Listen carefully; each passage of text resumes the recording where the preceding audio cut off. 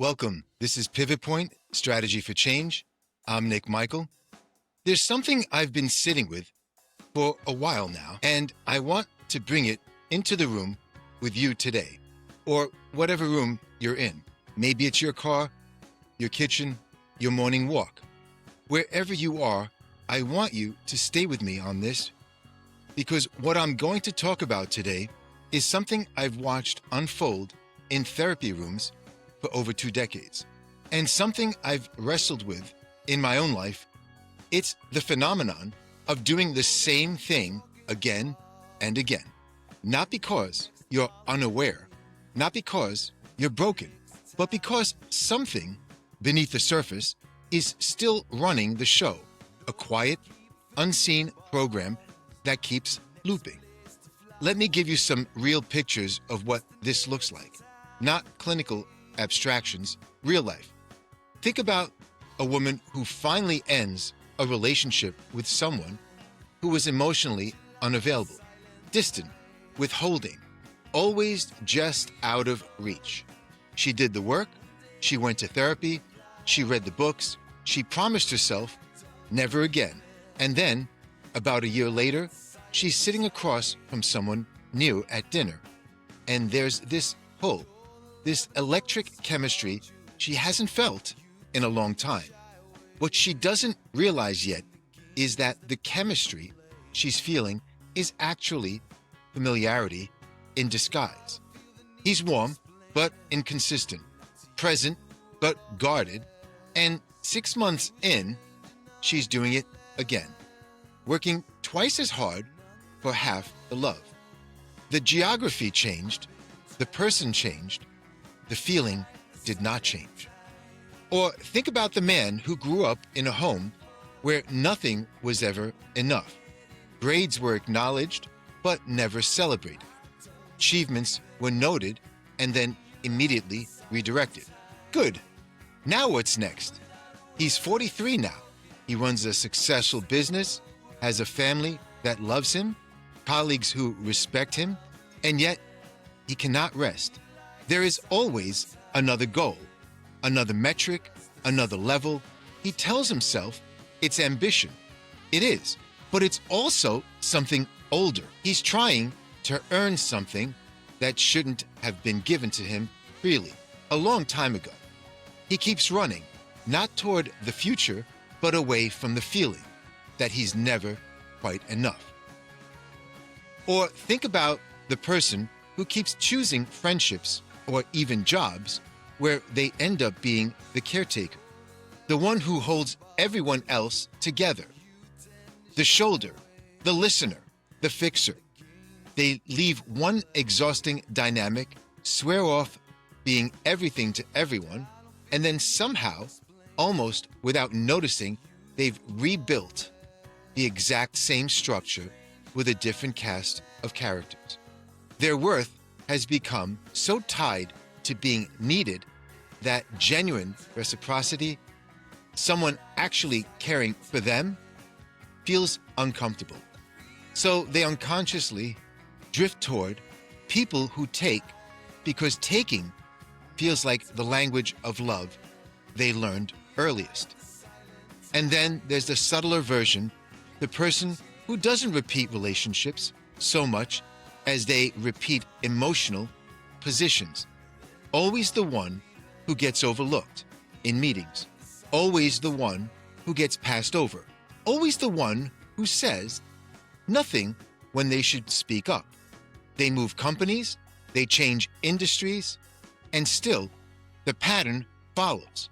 Not because they're a magnet for bad luck, but because there's an old belief operating underneath one that says your voice is not welcome. And then there's the subtler version, the person who doesn't repeat relationships so much as they repeat emotional positions.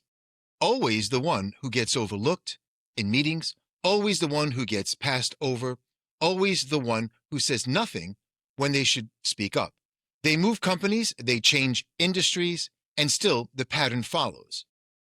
Not because they're a magnet for bad luck, but because there's an old belief operating underneath one that says your voice is not welcome.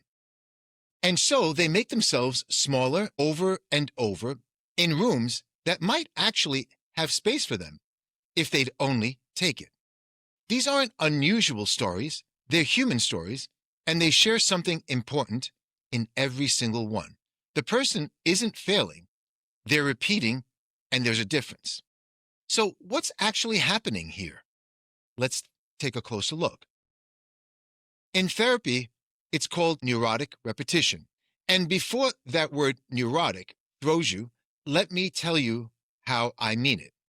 Not as a criticism, not as a diagnosis, simply as a description. The unconscious is acting on your behalf, but without your awareness. Something unintegrated, unfinished, is steering behavior from the shadows. In Gestalt therapy, we say that when an experience is unfinished, a feeling that was never spoken, a need that was never met, it doesn't just fade with time, it freezes. It lingers. The way a song you can't name keeps playing at the edge of your mind. The psyche continues to circle back, creating new versions of the old scene, hoping this time the ending is different. This time you'll be chosen. This time you'll be enough. This time someone will stay. Freud named this same pull, repetition, compulsion, the gravitational force of the familiar, even when the familiar hurts. Our nervous systems are wired to crave what they recognize. And here's the thing that surprises people when I say it out loud. Familiar pain can feel safer than unfamiliar peace. I'll say it again. Familiar pain can feel safer than unfamiliar peace. Not because you want to suffer, but because your nervous system can't always tell the difference between what's known and what's safe. It confuses predictability with protection. That woman drawn to emotionally unavailable partners, she's not looking for pain. She's looking for the feeling of home. And home, as she learned it, felt like longing, like working for love, like the door that's never quite open. So when someone is genuinely available, genuinely warm, something in her actually gets uncomfortable because that doesn't match the internal map. And we always unconsciously try to navigate by the map we're given. Gestalt work also looks at the specific ways we interrupt authentic connection, how we block ourselves from completing an experience, from actually landing somewhere new. These interruptions have names, and I want to walk you through them because I think you'll recognize yourself in at least one. First being introjection. This is when you swallow someone else's belief whole without chewing on it, without deciding if it even fits. Your mother's voice that says, "Don't be too much." Your father's implicit rule that feelings are a sign of weakness. You didn't choose those rules, you inherited them, but you've been living by them ever since, as if they were your own. Next, projection. This is when you take a feeling you can't quite own and put it on someone else. You're furious, but owning that feels dangerous. So suddenly your partner is the one who seems angry. Projection keeps the feeling at arm's length.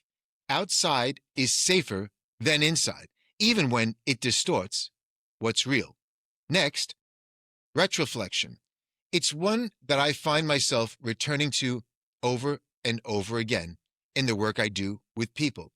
It's the move of turning energy back on yourself, energy that was meant to go outward. The anger you couldn't express as a child becomes self-criticism now. The grief you weren't allowed to feel becomes a tightness in your chest that never fully leaves. You do it to yourself. What you wish for, in essence, you do to yourself what you wish you could have said, or done, or asked for out there in the world. Next is deflection.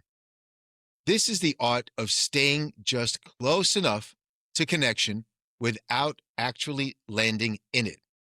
A well timed joke, a subject change, and "I'm fine" delivered with a full smile. Deflection keeps things light, light enough to be bearable, but nothing fully touches you. Nothing fully arrives. Next is confluence.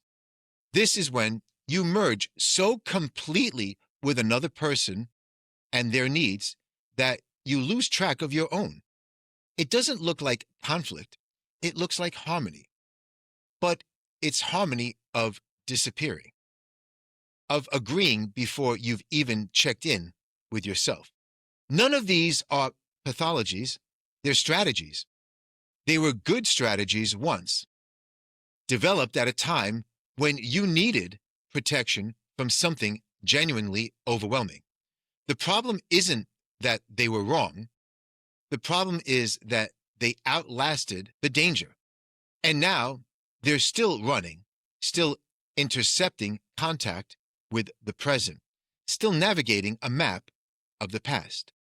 So, what happens when the loop becomes visible?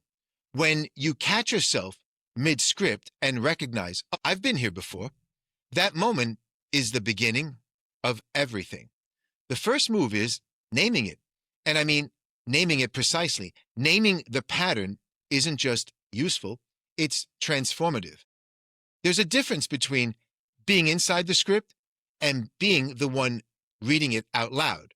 When you can say, "This is my retroflexion showing up," or even just, "This is feeling old, not new," you've already opened a crack of space that didn't exist before.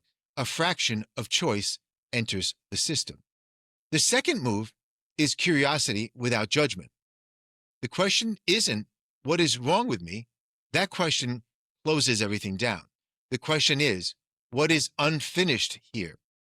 What didn't get completed? What need is still circling, still looking for resolution? How do I complete the circle of unfinished business? Gestalt is less about fixing and more about contact, making genuine, full contact with what's actually present so that something can finally move. The third move is finding the need beneath the behavior. The behavior is always the surface. Beneath it is always a need that makes complete sense. You overwork, not because you love exhaustion, but because you still need to feel indispensable. You chase the unavailable, not because you enjoy neglect, but because some part of you still believes that earning love is the only kind that counts. You stay silent in the meeting, not because you have nothing to say, but because a very old voice still says it isn't safe to be seen or to speak. When you make contact with that actual need, when you name it without shame, the behavior begins to lose its grip. The loop doesn't need to keep running. Something has finally been heard. And that brings us to what I think about every time I sit across from someone in a session or record one of these episodes of Pivot Point. Not a dramatic transformation, not a sudden awakening, a pause. One breath-wide pause at the moment the old pull arrives. You feel the gravity of the familiar pattern. You feel the tug toward the old script. And instead of following it automatically, you hesitate. The hesitation is microscopic, and it is radical. Before it, no choice. After it, possibility. Consider that. Before it, you thought there was no choice. But after it, there are possibilities. Maybe you stay in the discomfort of being cared for instead of deflecting with a joke. Maybe you say the thing in the meeting, the thing you always swallow. Maybe you let the anger move through your body instead of holding it back into self-criticism. Maybe you sit with the unfamiliar warmth of someone who simply loves you, and you let it in instead of looking for the catch. These aren't sweeping changes.